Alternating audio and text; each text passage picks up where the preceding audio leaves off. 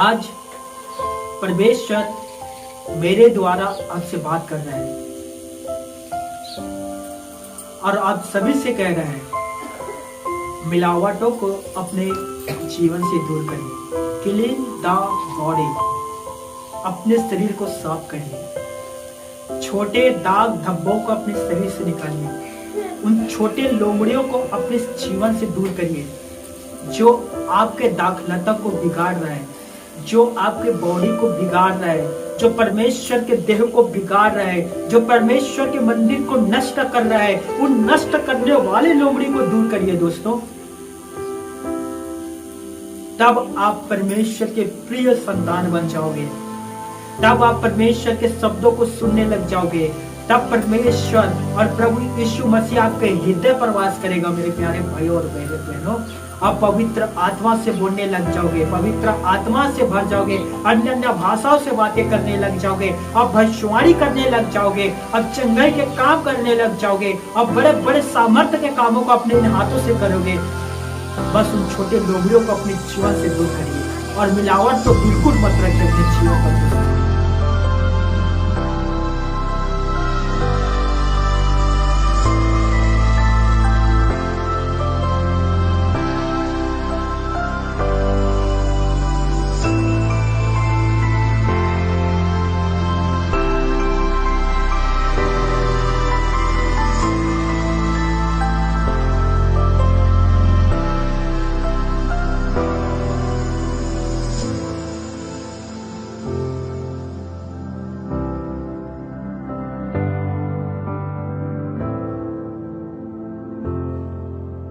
तो मैं एक प्रश्न से आज का प्रचार शुरू करता हूँ और वो प्रश्न है, आपका उद्धार कैसे हुआ है?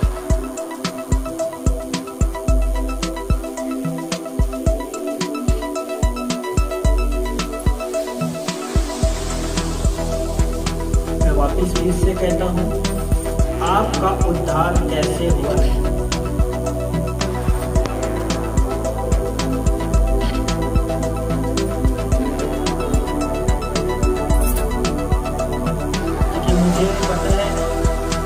यहूदी गोत्र में पैदा नहीं हुआ है।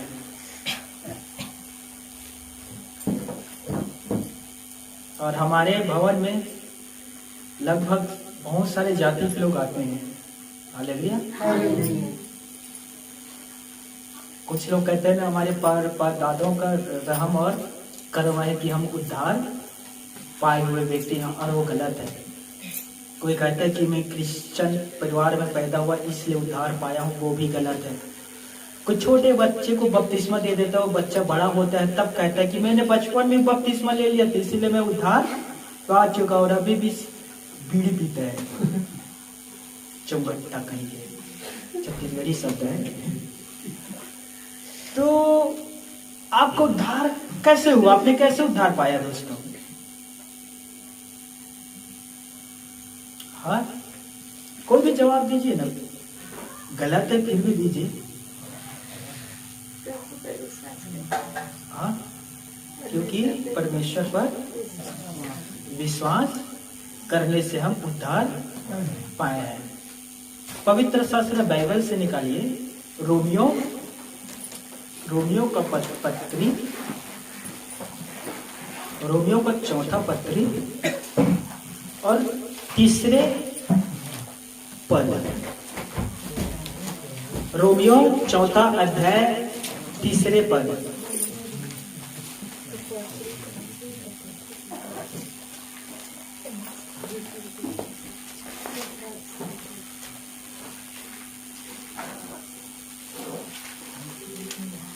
प्रेरितों की पुस्तक के बाद आता है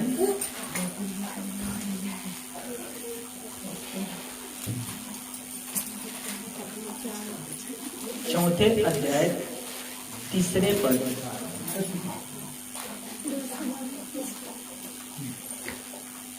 सभी पवित्र शास्त्र बाइबल से निकाल चुके हैं? वचन की तरफ ध्यान दीजिए।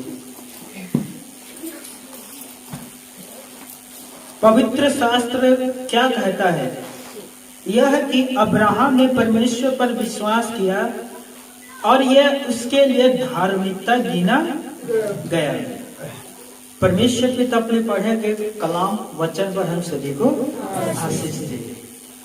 जैसे कि मैंने प्रश्न आपके सामने रखा, आपका उद्धार कैसे हुआ है? अब्राहम को उद्धार कैसे हुआ था? क्योंकि उसने परमेश्वर की बातों पर विश्वास किया था। जब परमेश्वर ने अब्राहम से कहा अपने पिता के घर, अपने कुटुंबियों और अपने नगर को छोड़ और एक ऐसे देश में चले जा जो मैं तुझे बताता हूं। यह कठिन था दोस्तों, अपने घर को छोड़ना, अपने गांव को छोड़ना और एक ऐसे देश में चले जाना जिसे आप जानते भी नहीं है, जिसे आप पहचानते भी नहीं है। हो सकता है वहां आपका कोई रिश्तेदार भी नहीं है। और परमेश्वर ने अब्राहम से कहा कि मैं तेरे पुत्र के द्वारा सारे कुल के लोगों को आशीष दूंगा और तू आशीष का मूल होगा। और तू चिंता ना करना, जो कोई तुझे कोसेगा मैं उसे श्राप दूंगा, और जो तुझे आशीर्वाद देगा अर्थात आशीष देगा मैं उसे और बढ़ाऊंगा। हालेलुया। और इस बात पर अब्राहम ने विश्वास किया। इसलिए पवित्र शास्त्र कहता है, क्या कहता है कि अब्राहम ने परमेश्वर पर विश्वास किया और ये उसके लिए धार्मिकता गिना गया। धार्मिकता क्या है दोस्तों? धार्मिकता क्या है? क्या धार्मिकता का अर्थ रीति रिवाज को पूरा करना है? क्या धार्मिकता यह सिखाता है कि हमें भवन जाए, रविवार कलेसिया अटेंड करें, परमेश्वर के वचन को हर दिन पढ़ें, हर दिन परमेश्वर से आराधना के गीत गाएं और परमेश्वर से प्रार्थना करें? क्या यह धार्मिकता है? ध्यान से सुनिए। धार्मिकता के अर्थ रीति रिवाज को पूरा करना नहीं है। बहुत सारे लोग आज ना धार्मिकता को रीति बना ली है दोस्तों। यदि मैं धार्मिकता के रास्ते पर चल रहा हूं और मैं परमेश्वर के आज्ञा का पालन नहीं करता तो मैं झूठी धार्मिकता में हूं। यदि मैं हर रविवार को भवन जाता हूं, मैं आराधना के गीत में शामिल होता हूं, मैं प्रभु को दशमांश देता हूं, मैं प्रभु को भेंट देता हूं और मैं बपतिस्मा भी ले चुका हूं और मैं पवित्र आत्मा से भी भर चुका हूं, लेकिन परमेश्वर के वचन पर नहीं चलता हूं तो मेरा धार्मिकता झूठी है। यीशु ने कहा अपने चेलों से, तुम्हारा धार्मिकता शास्त्री और फरीसियों के धार्मिकता से बढ़कर होना चाहिए, तब तुम परमेश्वर के राज्य में प्रवेश करोगे। धार्मिकता क्या है दोस्तों? उस दिन आप धार्मिकता के रास्ते पर चलते हो जिस दिन आप परमेश्वर के आज्ञा को पूरा करते हो। यूहन्ना रचित सुसमाचार अध्याय 14 में यीशु नसरी ने कहा था दोस्तों, जिसके पास मेरा वचन है और वो उस वचन को मानता है, उससे मैं प्यार करता हूं और मेरा पिता भी उससे प्यार करता है और मैं भी उससे प्यार करता हूं और मैं अपने आप को उस पर प्रकट करूंगा। हालेलुया। अर्थात आज आपके पास परमेश्वर के कलाम है दोस्तों, पवित्र वचन सभी के पास है। और यीशु ने यही शब्दों को कहा था, जिसके पास मेरा वचन है, अर्थात आप सबके पास परमेश्वर के वचन है और आप उसे पूरा करते हैं, तब परमेश्वर आपसे प्यार करता है और यीशु मसीह भी आपसे प्यार करता है। फिर आगे यीशु मसीह कहते हैं, हम अर्थात मैं और पिता उसके पास आएंगे। देखिए, दोनों को दोनों आएंगे कह रहे हैं, अकेला यीशु नसरी नहीं। यूहन्ना रचित सुसमाचार 14वां अध्याय और उसका 15, 16, 17, 18 पढ़ना, वहां लिखा है दोस्तों। यीशु कहता है कि हम अर्थात मैं और पिता दोनों उसके पास आएंगे और उसके साथ उपवास करेंगे, अर्थात उसके साथ रहेंगे। हालेलुया। आप में से कितने लोग चाहते हैं कि यीशु और परमेश्वर दोनों आपके घर में रहे?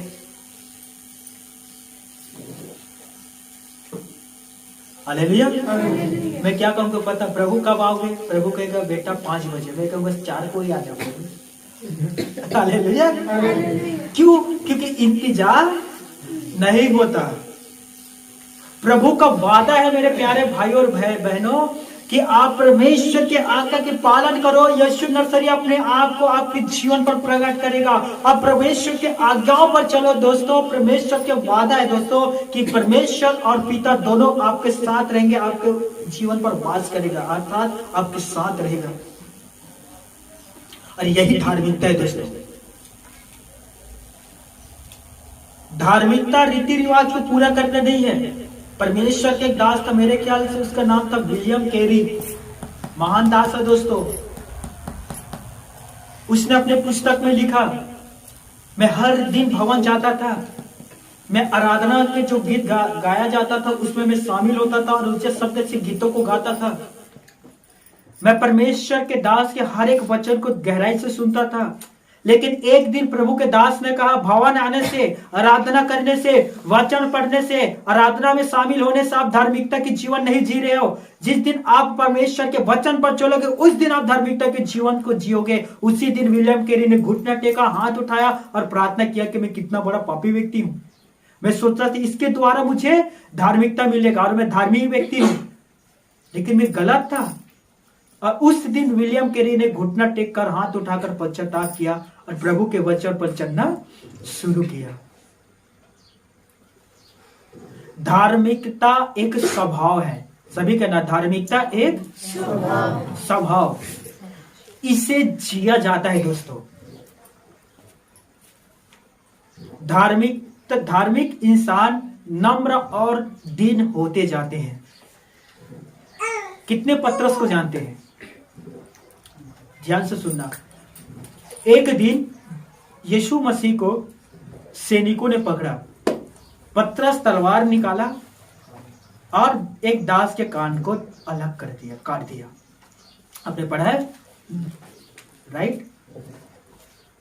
और यही व्यक्ति आगे जाकर अपने पतरस के पत्रियां पढ़ना, उसमें लिखा है, हे भाइयों, मैं चाहता हूं कि तुम लोग सभी का आदर करो। दूसरा पत्रस, पहला पत्र दूसरे अध्याय और 10 पद में, 10 या 16 17 पद में कहा है कि मैं चाहता हूं कि तुम सभी का आदर करो, भाइयों से प्यार रखो, राजा का सम्मान करो और परमेश्वर से डरो। यह पहले किसी के सम्मान नहीं करता था ये व्यक्ति। आपको याद है यीशु ने कहा, मैं यरूशलेम जाऊंगा, लोग मुझे पकड़ेंगे, क्रूस में चढ़ा देगा और मैं तीसरे दिन। पतरस एकांत में प्रभु को ले गया, प्रभु आइए ना, मैं आपसे कुछ बात करना चाहता हूँ, वार्तालाप करना चाहता हूँ। प्रभु के एकांत में ले गया और कहता है, प्रभु परमेश्वर ना करे कि तेरे साथ कभी ऐसा हो। प्रभु ने उसे कहा, दूर हो शैतान। तो प्रभु के काम को रोक रहा है। एक समय ऐसा आया कि प्रभु ने कहा कि देखो, मैं पकड़ा जाऊंगा और तुम लोग सब तितर बितर हो जाओगे, भेड़ के समान। पतरस कहता है, सब तितर बितर होगा प्रभु, मैं कभी नहीं होगा। प्रभु ने कहा, तो 3 बार मेरा इनकार करेगा तब मुर्गा बांग देगा बेटा। हालेलुया। पतरस ने कहा, प्रभु मैं मरने के लिए भी तैयार हूं। और वही सोचिए, अपने पत्री में क्या कर रहा है, सबसे सबका आदर करो, राजा का सम्मान करो, भाइयों से प्यार करो और परमेश्वर से डरो। अरे किसी का पहले सम्मान नहीं करता था। धार्मिक इंसान दीन और नम्र होते जाते हैं दोस्तों। याद करो, अपने जीवन को याद करो, आप कैसे व्यक्ति थे दोस्तों, स्मरण करो। और आज आप कैसे व्यक्ति हैं? मसीह में आने से पहले आपका व्यवहार कैसा था और अभी आपका व्यवहार कैसा है? मसीह में आने से आपका बोली कैसा था दोस्तों, शब्द, और अभी आपका बोली कैसा है?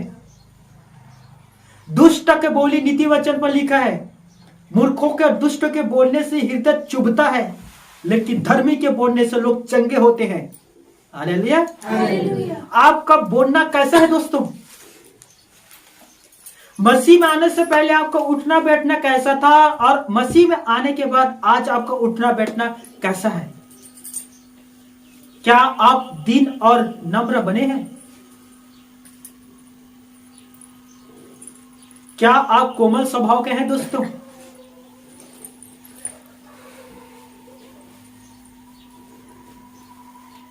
हालेलुया। एक कहावत है, नाम बड़े और दर्शन। ऐसा व्यक्ति कभी ना बनना मेरे प्यारे भाई और बहनों। ऐसे व्यक्ति से अच्छा है कि वे पापों के जीवन में जिए। कोई लाभ नहीं होता मेरे प्यारे भाई और बहनों, दिखावटी जीवन से कोई लाभ नहीं है। आप परमेश्वर के दास से छिपा लोगे अपने आप को, आप कलीसिया के विश्वासी भाई बहन से छिपा लोगे अपने आप को, लेकिन परमेश्वर की नजर से आप कभी नहीं छिप सकते। मैं सच कह रहा हूं। दूसरा, धार्मिकता और घमंड एक साथ कभी नहीं रह सकता। बहुत सारे लोग हैं धार्मिकता के आज वो घमंड करते हैं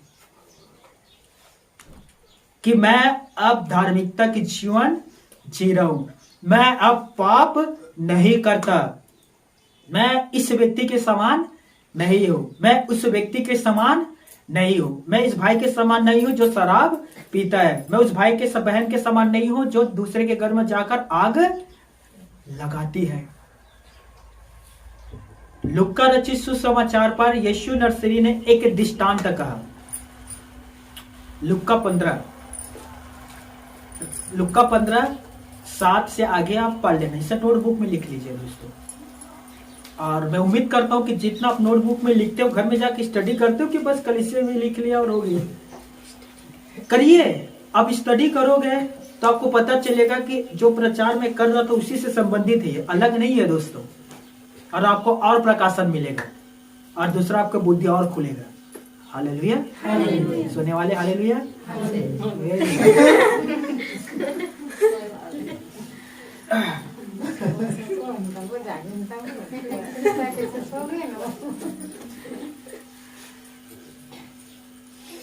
चलिए, मैं वहां यीशु नर्सरी ने कहा एक दृष्टांत में, दो व्यक्ति आराधना करने के लिए भवन में आया, एक फारिसी और दूसरा चुंगी लेने वाले। और यीशु नर्सरी ने दृष्टांत में कह रहा, ध्यान से सुनिए, जो अपने आप पर भरोसा रखता है और दूसरे को तुच्छ जानता है, ये उसके लिए दृष्टांत है दोस्तों। दो व्यक्ति प्रार्थना करने के लिए भवन में आया। फारिसी खड़ा हुआ, हाथ उठाया और मन ही मन प्रार्थना करता है, हे परमेश्वर, मैं तेरा धन्यवाद करता हूं कि मैं अंधेरा करने वाला नहीं हूं, मैं व्यभिचार नहीं करता, मैं झूठ नहीं बोलता, मैं किसी के विरोध में कुड़कुड़ाता नहीं हूं, मैं अपने पड़ोसी से अपने समान प्यार करता हूं, मैंने किसी की हत्या नहीं किया, मैं सप्ताह में 2 बार उपवास रहता हूं प्रभु, और अपना कमाई का सारा दसवांश आपको देता हूं, और ना इस चुंगी लेने वाले व्यक्ति के समान हूं। यह उसका प्रार्थना था दोस्तों। दूसरा व्यक्ति की प्रार्थना सुनिए। चुंगी लेने वाला व्यक्ति खड़ा हुआ, स्वर्ग को और भी देखना नहीं चाहा, सिर नीचे किया, अपने छातियों को पीटने लगा अपने हाथों से, और पीट पीट कर कहने लगा, हे परमेश्वर, मुझ पापी को क्षमा कर। किसका प्रार्थना सुना जाएगा?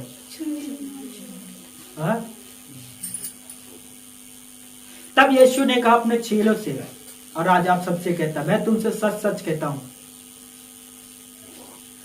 जो अपने आप को बड़ा ठहराएगा वो छोटा, और जो अपने आप को छोटा ठहराएगा वो बड़ा किया जाएगा। हालेलुया। धार्मिकता का केवल 2 रीति है, और इस बात को आप अपने जीवन पर लागू कर लीजिए। केवल 2 रीति दिया गया है दोस्तों, और यह आपको मिलेगा, निकाल लीजिए, मत्ती रचित सुसमाचार 3 अध्याय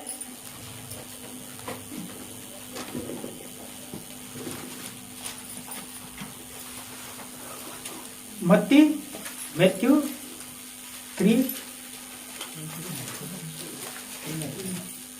मत्ती 3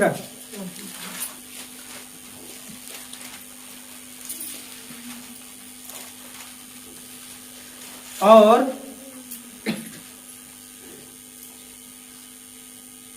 15 पद। ये घटना मैं थोड़ा सा बता देता हूं ताकि आप समझ में आपको आ जाएगा। यीशु मसीह यरदन किनारे यूहन्ना बपतिस्मा देने वाले से बपतिस्मा लेने के लिए आया था। तब यूहन्ना ने यीशु मसीह को देखा और कहता है, हे स्वामी, हे गुरु, मुझे तो तेरे हाथ से बपतिस्मा लेना है और तू मेरे पास बपतिस्मा लेने के लिए आया है। मैं ऐसा नहीं करूंगा। यूहन्ना कह रहा है, प्रभु मैं तुझे बपतिस्मा नहीं दूंगा, तू मुझे बपतिस्मा दे, मैं तुझे बपतिस्मा नहीं दूंगा। तब यीशु ने कहा इस शब्दों को, पढ़ना मेरे भाई 15 पद। यीशु ने उसको यह उत्तर दिया कि हाँ, अब तो ऐसा ही होने दे। यीशु नर्सरी कहता है यूहन्ना से, अभी तो ऐसे ही होने दे। क्योंकि इस रीति से क्योंकि हमें इसी रीति से सब धार्मिकता को पूरा करना उचित है। सब धार्मिकता को पूरा करना उचित है। हालेलुया। और ये शब्द यीशु मसीह कहाँ कह रहा है? जब वो बपतिस्मा लेने के लिए गया है। बाइबल हमें सिखाता है कि विश्वास कर और बपतिस्मा ले। प्रेरितों के काम हमें बताया गया है कि अब क्यों देर करता है, बपतिस्मा ले और अपने सारे पापों को धो डाल। हन्ना ने पौलुस से कहा था शब्द को, अर्थात धार्मिकता को पूरा करने के लिए बपतिस्मा ले, पापों को दूर करने के लिए बपतिस्मा ले। और प्रेरितों के काम दूसरे के 38 पद में कहा गया है, पवित्र आत्मा पाने के लिए बपतिस्मा ले। पतरस ने शब्दों को कहा था। मेरे बात को समझिए। लेकिन हम बाइबल पढ़कर देखते कि यीशु मसीह ने तो कोई पाप नहीं किया था, वो तो खुद एक पवित्र जन था। फिर क्यों यीशु ने बपतिस्मा लिया? दोस्तों, यीशु ने कहा हमें इसी रीति से धार्मिकता की रीति को पूरा करना है। हालेलुया। और मैंने क्या कहा? धार्मिकता का केवल 2 रीति है। और पहला क्या है? पहला क्या है? अभी यीशु किस लिए आया है? तो पहला रीति क्या है दोस्तों? Very good. पहला रीति है बपतिस्मा लेना। और यीशु नर्सरी ने यूहन्ना के हाथ से बपतिस्मा लिया यरदन नदी में। और दूसरा कौन सा है दोस्तों?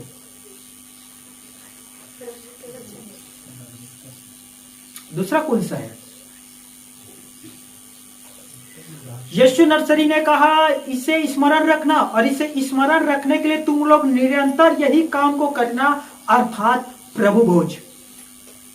क्रूस में चढ़ाए जाने से पहले उसने प्रभु भोज के बारे में बताया दोस्तों, रोटी तोड़ना और धन्यवाद देना क्योंकि यह मेरी देह है। प्याला लिया और कहा यह वाचा की नई लहू है। तो प्रभु यीशु मसीह पृथ्वी पर से स्वर्ग में जाने से पहले उसने 2 रीति कलीसियों को दिया है दोस्तों। पहला है बपतिस्मा लेना और दूसरा है प्रभु भोज में शामिल होना। हालेलुया। और इस रीति को आपको भी पूरा करना है क्योंकि यीशु मसीह ने पृथ्वी पर रहकर इस रीति को पूरा किया था दोस्तों। दुख की बात है, आज भी बहुत सारे हमारे भाई और हमारे बहनें इस रीति से अनजान हैं और इस रीति का पालन नहीं कर रहे। क्यों? मुझे समझ में नहीं आता। क्या अब विश्वास के द्वारा उद्धार नहीं पा चुके हैं दोस्तों? क्या अभी भी आपके विश्वास में आपको शक है? क्या अभी भी आपको लगता है कि मैं उद्धार पाया हूं या पाया नहीं हूं? क्या अभी भी आप विश्वास और अविश्वास के क्या कहते हो नापने वाले को तराजू में तौल रहे हैं?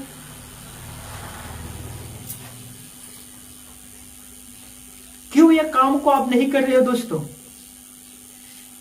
प्रभु आज आपसे कहता है मेरे प्यारे भाइयों और मेरी बहनों, धार्मिकता को पूरा करो, धार्मिकता की रीति को पूरा करो। यदि आपने विश्वास कर लिया तो अब आपको बपतिस्मा भी लेना जरूरी है। फिर आप प्रभु भोज में शामिल होइए। इफिसियों 2 अध्याय 8वें पद, विश्वास के द्वारा अनुग्रह से तुम्हारा उद्धार हुआ है, यह तुम्हारे ओर से नहीं परंतु परमेश्वर का दान है। देखिए, विश्वास के द्वारा आज आपका उद्धार हो चुका है दोस्तों। यदि अभी भी आपके कोई मन पर शक आता है कि मैं उद्धार पाया हूं कि नहीं पाया हूं, यदि मैं उद्धार पाया हूं तो मैं इस प्रकार से काम कैसे कर सकता हूं, मैं उद्धार पाया हूं तो मुझसे बार बार गलती कैसा होता है, यह कैसा गलती है जो मुझसे होता है, क्या हर एक उद्धार पाने वाले व्यक्ति से ऐसा होता है? यदि इस तरह से आपका प्रश्न है तो मैं आपको कहना चाहता हूं दोस्तों, बाइबल हमसे कहता है कि उद्धार पाए हुए व्यक्ति कभी ना कभी चूक जाता है दोस्तों, लेकिन दूसरा चीज है जो वो कंटिन्यू करता है, निरंतर करता है, वो घुटना टेकता है और माफी मांगता है। हालेलुया। एक व्यक्ति से चूक हो जाता है, छोटे मोटे गलती हो जाता है, परंतु उससे हमें बाहर निकलने के लिए हमें क्या करना है? पश्चाताप। और ये आपको फिर परमेश्वर से जोड़ देता है। ध्यान से सुनना दोस्तों, हम सब यीशु पर विश्वास रखने से आज धर्मी ठहरे हैं। विश्वास के द्वारा अनुग्रह से हमारा उद्धार हुआ है, परंतु भवन के अंदर बहुत सारे ऐसे लोग हैं जो सरदीस करके कलीसिया है, और उन कलीसिया के लोग आज भी पाए जाते हैं। सरदीस नाम का एक कलीसिया है दोस्तों, प्रकाशित वाक्य पर लिखा गया है। और यूहन्ना अपने पुस्तक में लिखता है, हे सरदीस के लोगों, तुम जीवित कहलाते हो परंतु मरे हुए हो। मेरी बात को समझ रहे हो? आज बहुत सारे भवन के अंदर ऐसे ही लोग पाए जाते हैं जो जीवित कहलाता है परंतु वो मरा हुआ है। धर्म की राह में झूठ और फरेब के लिए कोई जगह नहीं है दोस्तों। सच की राह लंबी होती है, लेकिन झूठ की राह छोटे होते हैं। दोस्तों, जिंदगी में आधा सत्य के लिए कोई स्थान नहीं है। आदम और हवा ने आधा सच और आधा झूठ कहा था दोस्तों, और देखिए परमेश्वर ने उनका न्याय किया और अदन के वाटिका से बाहर निकाल दिया। मैं क्या कह रहा हूं? आधा धार्मिकता, आधा सत्य के लिए कोई भी स्थान नहीं है मसीह जीवन में। कुछ होते हैं ना, आधा आधा बढ़ लेते हैं दोस्तों। जैसे इजराइल के लोग आधा आधा विश्वास रखते थे। आधा बाल देवताओं पर, अस्तोरत नामक देवी देवता पर, कमोत नामक देवता पर, मोलोक नामक देवता पर, फिर दूसरे प्रकार से यहोवा पर, परमेश्वर पर, ईश्वर पर। ये तीनों एक ही है ना। तो एक दिन एलिया सभी को कमेल नामक एक पर्वत पर इकट्ठा करता है। सब इजराइल इकट्ठा होता है। अहब राजा भी इकट्ठा था दोस्तों, बाल नामक पुजारी भी सब इकट्ठे थे। एलिया ने सभी से, इजराइल के सभी लोगों से कहा, तुम कब तक दो विचारों पर लटके रहोगे? यदि बाल देवता ईश्वर है तो उसके पीछे जाओ, और यदि परमेश्वर यहोवा ईश्वर है तो उसके पीछे चलो। दोनों के क्यों एक साथ मानते हो? समझ में आ रहा है? दोनों को एक साथ क्यों मान रहे हो? बाहर शेरवानी और अंदर परेशानी। ये लोग करते थे दोस्तों, और आप यकीन नहीं करोगे, इस प्रश्न का एक भी इजराइल के लोगों ने उत्तर नहीं दिया। आप यदि वहां होते तो आप बिल्कुल कहते, हे एलिया आप गलत हो। मैं पहले मानता था जब मैं निर्बुद्धि था, लेकिन अब मैं नहीं मानता जब से मैंने परमेश्वर को पहचान लिया है। आप गलत हो। आप कहते कि नहीं कहते दोस्तों? हालेलुया। आप कहते कि नहीं कहते इस शब्द को? मैं होता तो जरूर कहता। लेकिन वहां लाखों इजराइल के लोग थे, किसी ने एलिया को एक शब्द जवाब नहीं दिया, कोई भी चू और चा नहीं किया। क्यों? क्योंकि वो लोग ये काम कर रहे थे। और उसी प्रकार से आज कलीसिया में बहुत से लोग हैं, आधा झूठ और आधा सत्य। याद रखना, सच के जल में यदि हम एक बूंद, केवल एक बूंद सच के जल में गंदगी मिलाते हैं, गंदा चीज मिलाते हैं, एक बूंद पानी, तो वो सत्य नहीं रहता। मेरी बात को समझ रहे हो? यदि हम सच के जल में एक बूंद गंदा पानी को मिलाते हैं, तब वो सच का जल नहीं रहता। और बाइबल कहता है कि झूठी धार्मिकता के लिए भवन के अंदर में कोई भी जगह नहीं है। मुझे समझ में नहीं आता कि लोगों को चुनाव करने में इतना कठिन क्यों लगता है दोस्तों। मुझे तो वो बहुत आसान लगता है चुनाव करना। यीशु ने कहा, ऐसा कौन व्यक्ति है जो हल पर हाथ रखकर पीछे पलट कर देखता हो? कोई है दोस्तों? लूका 9वें अध्याय 56 पद में होगा ये। कोई भी व्यक्ति हल पर हाथ रखकर पीछे पलटकर नहीं देखता, और जो हल पर हाथ रखता है पीछे पलट कर देखता हो परमेश्वर के राज्य के योग्य नहीं है। मेरे प्यारे भाइयों और मेरी बहनों, आज के राजनीतिक लोग झूठ को भी बड़े सफाई से कहते हैं। आपने देखा है?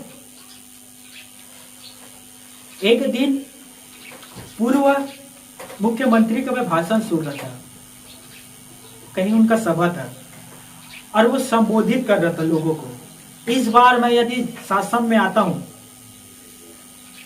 तो जितने शराब का दुकान है सर्वप्रथम सभी को मैं बंद करवा दूंगा। हमारी बहनें और नाम ले लेकर जय जयकार करने लगे। भाइयों का चेहरा थोड़ा उतरा हुआ था, आपको पता है, बताना पड़ेगा नहीं, तो सारे बहनें ताली बजाने लगे। जो पेंशन 350 या 300 मिलता है मैं उसे दुगना कर दूंगा। इस बार सारे लोग ताली बजाने लगे। अब यकीन नहीं करोगे, वो अभी राजनीति में नहीं आया है, सत्ता में अभी नहीं है, दूसरा पक्ष है, लेकिन उससे पहले उसने 3 साल राजनीति में राज्य किया था। 3 साल नहीं, 3 वर्ष 15 साल। तब तो उसने शराब दुकान को बंद नहीं किया, तब तो उसने बहनों को विधवा पेंशन को नहीं बढ़ाया। लेकिन अब राजनीति में आने के लिए कितने सारे वादा कर रहे हैं और हमारी प्रजा ताली बजा रही। आपको मैं कहानी बताता हूं, ध्यान से सुनना। एक दिन नेता भाषण दे रहा था, ठंड का दिन आने वाला है, अभी जैसे ठंड का दिन आ गया है, तो सभी को कह रहा था कि ठंड के दिन आने वाला है, और सभी भेड़ों को प्रचार कर रहा था। सभी भेड़ थे सामने दोस्तों। कौन थे सामने उस समय? भेड़। और भेड़ों को संबोधित कर रहा था कि ठंड के दिन आने वाला है, और जैसे ठंड के दिन आएगा मैं सभी को एक कम्बल गिफ्ट करूंगा, एक कम्बल रजाई भी दूंगा। सारे भेड़ खुशी से झूमने लगे, नाचने लगे। वो राजनीति में आ गया, सारे भेड़ों को पकड़ा, सारे भेड़ के ऊन को निकाला, सारे भेड़ों के ऊन को निकाला, रजाई बनाया और उन्हें ही दे दिया। हालेलुया। नेता भी खुश, भेड़ भी खुश। अब कौन बताए उस भेड़ को? हालेलुया। आई होप मेरे बात को आप समझ रहे हो। तो आज की राजनीति जो लोग है ना, झूठ को भी सफाई से बोलते हैं दोस्तों। एक सेवक ने कहा, सच्चाई आज खो गया है, सच्चाई आज गिर गया है, सच्चाई ना आज बाजार में है, सच्चाई ना आज परिवार में है, सच्चाई ना आज दोस्तों में है। और वो सेवक कहता है, हाँ, कलीसिया के नाम लेना भूल गया। आज देखिए ना, सच्चाई के रास्ता पर चलने वाले की भीड़ को देखिए, और बुराई के रास्ता पर चलने वाले भीड़ को देखिए। किसका भीड़ ज्यादा है दोस्तों? एक सेवक ने कहा, मैं सच लेकर सुबह से शाम बाजार में बैठा रहा, और झूठ बोलने वाले सब कुछ बेचकर चले गए। सच कहता हूं, झूठ का आज बोलबाला है। झूठ कहने वाले दिन प्रतिदिन बढ़ते जा रहे हैं, और सच बोलने वाले वही ठहरे हुए हैं। क्या कभी आपको लगा कि मैं धार्मिकता के जीवन पर आकर पछता रहा हूं? क्या कभी आपको यह महसूस होता है कि काश मैं ये जीवन पर आता ही नहीं, काश मैं वही जीवन पर जीता जो मैं पहले था? कभी आपको पछताना हुआ दोस्तों? नीति वचन पर सुलेमान कहता है, झूठ बोलने वाले की रोटी मीठा लगता है, लेकिन एक दिन जिस दिन उसका न्याय होगा उसका मुंह कांकड़ों से भर जाएगा। मैं सच कहता हूं, झूठ के 5 रोटी से सच के 2 रोटी काफी है दोस्तों। हालेलुया। भजन संहिता में लिखा गया है दोस्तों, धर्मी का थोड़ा से धन दुष्टों के बहुत धन से उत्तम है। भजन संहिता अध्याय 36 के 37 पद में। हालेलुया। भजन संहिता 112 पहला पद, क्या ही धन्य है वह पुरुष जो परमेश्वर का भय मानता है और जितने उसके वचन को बड़े यत्न से मानता है, क्या ही वो धन्य है। उनके वंश पृथ्वी पर अर्थात उनके संतान पृथ्वी पर प्रक्रमी होगा। धर्मी के बच्चे आशीष पाएंगे। हालेलुया। परमेश्वर उनके संपत्तियों पर उन्हें बरकत देगा। भजन संहिता 112 पढ़ लीजिए ना दोस्तों। परमेश्वर कहता है कि धर्मी जो मुझ पर विश्वास करते हैं, मैं सदा उनके साथ रहूंगा। मेरा यह सामर्थ्य भुजबल उसके सिर के ऊपर रहेगा। मैं उन्हें हर प्रकार की विपत्तियों से छुड़ाऊंगा। और वो कहता है कि वो चाहे 7 बार गिरेगा, 7 बार मैं उसे खड़ा करूंगा। लेकिन दुष्ट विपत्ति पर गिरता है और उसे इस स्थान पर पड़ा रहता है। ध्यान से सुनना दोस्तों, सच वो है जिसमें क्षण मात्र भी असत्य ना हो। सच में झूठ मिला दो, क्या वो सच रहेगा? कितने सारे आज हमारे भाई बहन भवन पर आकर गवाही देते हैं प्रभु यीशु मसीह का, और उनके गवाही सुनकर हमें मोटिवेशन मिलता है, प्रेरणा मिलता है, और हम कहते हैं कि हाँ यार, हम भी आज से प्रभु के पीछे इसी तरह से चलेंगे। प्रभु ने कितना अच्छा इनके जीवन पर आश्चर्यजनक काम को किया है, राइट। लेकिन भवन से जस्ट बाहर निकलने के बाद उनके जीवन बदल जाता है। कितने हमारे बहनें 6 दिन तू मैं करती है। कुछ बहनों को मैं देखा है भवन के बाहर बच्चों को पकड़ता है, देता है धड़ाधड़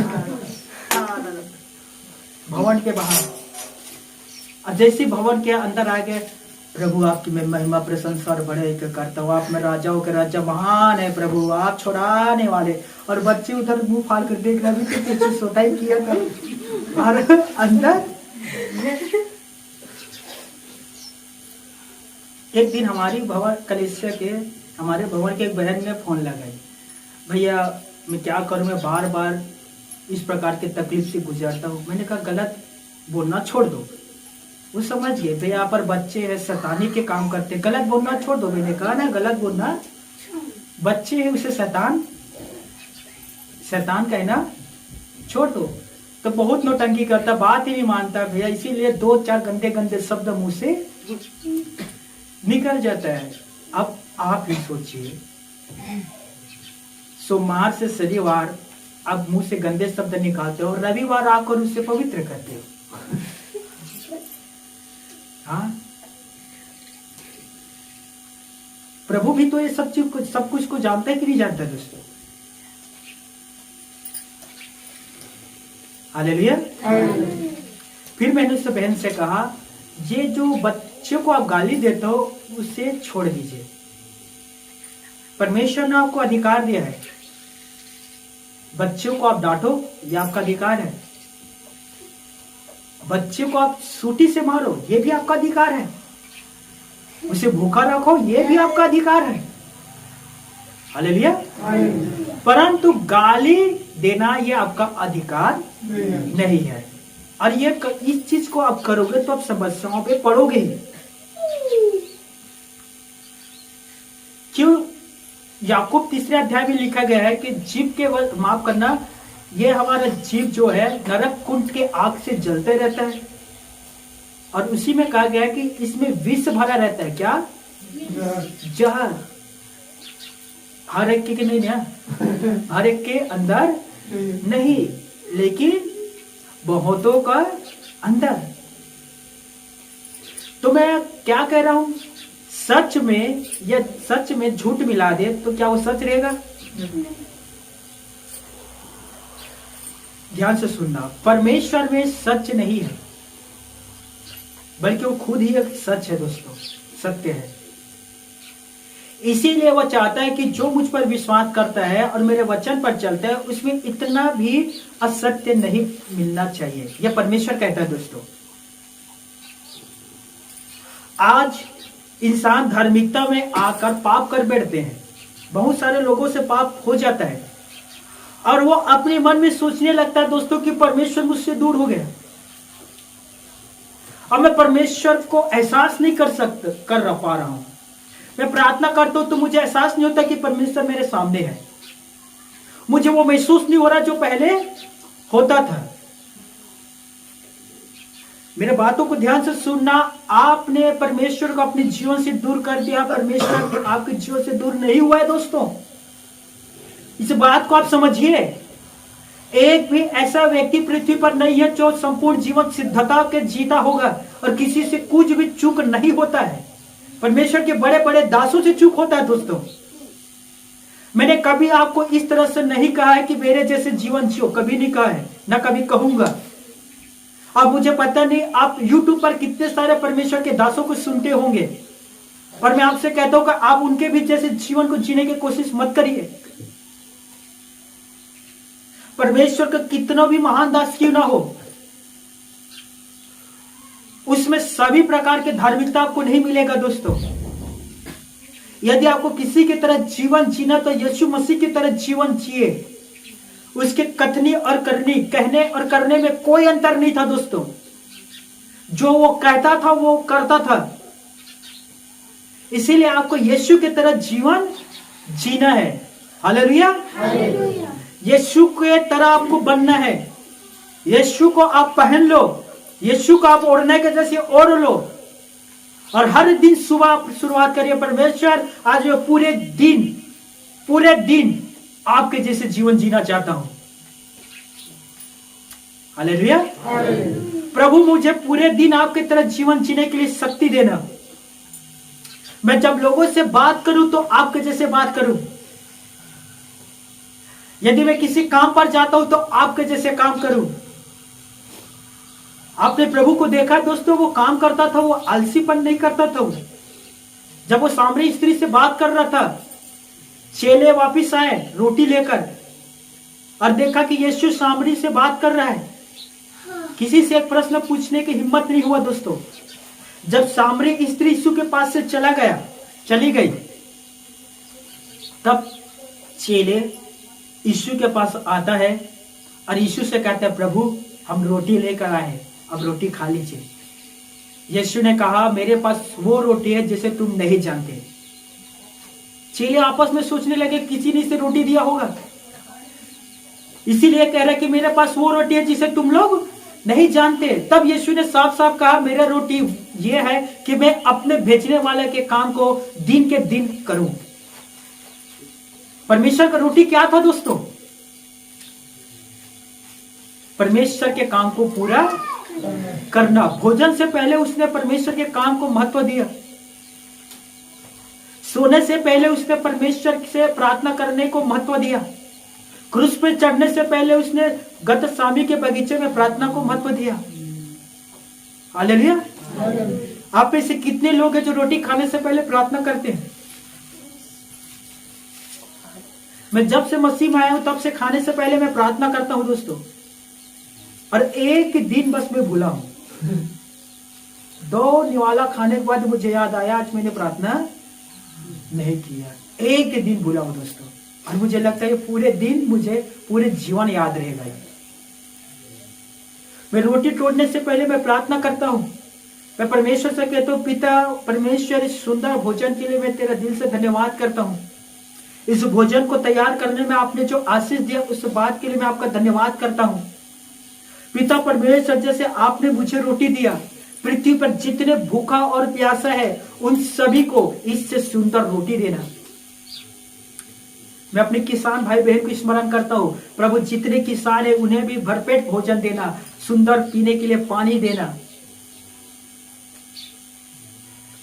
तब मैं कहता हूं यीशु के नाम पर आमीन। तब मैं निवाला लेना शुरू करता हूं। हालेलुया। यीशु नर्सरी के जीवन को आप देखिए और यीशु के जैसे बनिए, वो हर चीजों के लिए धन्यवाद करता था। आप में से कितने सारे लोग हैं, कोई आकर आपका मदद करता है, आप धन्यवाद देते हैं? हाँ मेरे बहनों, खेत पर आपने धान का एक बोझ बांध कर रखा है, बिल्ली, राइट? कोई बोहाने वाला नहीं है, उठाने वाला नहीं है। अचानक कोई भाई आता है या कोई बहन आती है और आप उससे मदद मांगते हो कि इसे बहा दीजिए, मेरे सिर पर रखने में मदद कर दो। उसने मदद कर दी, आप धन्यवाद देते हैं? उन्हें कहते हैं कि धन्यवाद मदद जो आपने किया। मेरे बहनों, आप करते हो ऐसा काम? 5000 लोगों को खिलाने से पहले यीशु नर्सरी ने धन्यवाद दिया। लाजर को मुर्दा में से जिंदा करने से पहले यीशु मसीह ने धन्यवाद दिया। चेंज लाइफ, जीवन को बदलिए। Hallelujah, hallelujah, hallelujah. और आज से जो भी आपके कोई भी छोटा इससे ही मदद क्यों नहीं करता है, उसे धन्यवाद दीजिए दोस्तों। और विशेष करके आप प्रभु के पीछे चल रहे हैं, और मैं आप सबसे निवेदन करता हूं, मिलावटी का जीवन मत जिए। कितने बार हमारी बहनें खाना पकाते के समय चिल्लाते हैं, इस सब्जी बेचने वालों को देखो, अच्छे अच्छे टमाटर में गंदा भी टमाटर को छिपाकर मुझे चिपका, मुझे दे दिया। आपको अच्छा लगता है? नहीं, राइट? अब तो चावल खरीदना नहीं पड़ता। पहले चावल खरीदते तो उसमें छोटे छोटे कंकड़ निकलता था कि नहीं निकलता था? तब हम कहते थे, देख रहे दुकानदार को चावल में कंकड़ मिला दिया। आपको अच्छा लगता था? नहीं। उसी तरह से आज हम मसीह में है दोस्तों, परमेश्वर हमें देखता है, और हम में किसी प्रकार की अभी भी बुराई अंदर छिपाकर हम रखे हैं, तो परमेश्वर हमसे नाराज होता है। याद रखिए, परमेश्वर अपने पवित्र वचन के द्वारा आपसे बात करता है, और विश्वास करिए, आज के वचन से परमेश्वर आपसे बात कर रहा है। यीशु ने कहा, जितने मेरे भेजने वाले के वचन सुनकर मुझ पर विश्वास करता है, अनंत जीवन उसी का है, और मृत्यु से पार होकर अनंत जीवन में प्रवेश करेगा। यूहन्ना रचित सुसमाचार 5वें अध्याय 24 पद में लिखा गया है दोस्तों, जितने मेरे भेजने वालों के वचन सुनकर मुझ पर विश्वास करता है। तो विश्वास करिए, आज परमेश्वर मेरे द्वारा आपसे बात कर रहा है, और आप सभी से कह रहा है, मिलावटों को अपने जीवन से दूर करिए। क्लीन द बॉडी, अपने शरीर को साफ करिए। छोटे दाग धब्बों को अपने शरीर से निकालिए। उन छोटे लोमड़ियों को अपने जीवन से दूर करिए, जो आपके दाखलता को बिगाड़ रहा है, जो आपके बॉडी को बिगाड़ रहा है, जो परमेश्वर के देह को बिगाड़ रहा है, जो परमेश्वर के मंदिर को नष्ट कर रहा है। उन नष्ट करने वाले लोमड़ी को दूर करिए दोस्तों, तब आप परमेश्वर के प्रिय संतान बन जाओगे। तब आप परमेश्वर के शब्दों को सुनने लग जाओगे। तब परमेश्वर और प्रभु यीशु मसीह आपके हृदय पर वास करेगा। मेरे प्यारे भाइयों और बहनों, आप पवित्र आत्मा से बोलने लग जाओगे, पवित्र आत्मा से भर जाओगे, अन्य अन्य भाषाओं से बातें करने लग जाओगे, आप भविष्यवाणी करने लग जाओगे, अब चंगाई के काम करने लग जाओगे, अब बड़े बड़े सामर्थ्य के कामों को अपने इन हाथों से करोगे। बस उन छोटे लोमड़ियों को अपने जीवन से दूर करिए, और मिलावट तो बिल्कुल मत रखिए अपने जीवन पर दोस्तों। इतना भी नहीं, मैं एक बार फिर कहता हूं, सच के जल में एक बूंद हम झूठ मिला देते तो वो जल सच का नहीं रहता। आधा सत्य के लिए मसीह जीवन में कोई भी स्थान नहीं है। सभी कहना, आधा सत्य के लिए मसीह जीवन में कोई भी स्थान नहीं है। एक दूसरे को देखकर भी कहो, झूठ बोलना, बोलिए बोलिए, झूठ बोलना छोड़ दो। मसीह के लिए सच बोलो, सच बोलकर कोड़े खा लो, झूठ बोलकर दूध पीने से अच्छा है। हालेलुया। मैंने क्या कहा? सच कहकर कोड़े खा लो, झूठ बोलकर दूध पीने से अच्छा है। झूठ बोलकर जेब भरने से अच्छा है कि सच बोलकर दुख उठा लो। हालेलुया। पतरस अपने पत्री पर कहता है मसीह यीशु भी हमारे लिए इसी काम को किया और हमें एक आदर्श दिया कि हम यीशु मसीह के पद और चिन्हों पर चले। हालेलुया। और वचन कहता है यीशु मसीह गाली सुनकर गाली नहीं देता, दुख उठाकर किसी को धमकी नहीं देता, दुख उठाकर किसी को धमकी अपने सासू माँ से बुरा शुभ शब्द सुनकर धमकी न देना, बल्कि उन्हें आशीष देना। उनसे कहना परमेश्वर तुम्हें आशीष दे और स्वर्ग में बहुत बड़ा जगह दे। फिर देखना आपके सास को आपको घर से बाहर निकाल देगी। अभी से चाहते हो कि मैं मर जाऊं, अभी से मेरे लिए स्वर्ग में बड़ी जगह। हालेलुया। बहुत चतुर होते हैं, राइट? हालेलुया। तो आज का प्रचार यही था। शीर्षक लिख लीजिए। शीर्षक होता है ऊपर में हेड राइटिंग, धार्मिकता के जीवन पर आदर्श सत्य के लिए कोई स्थान नहीं है।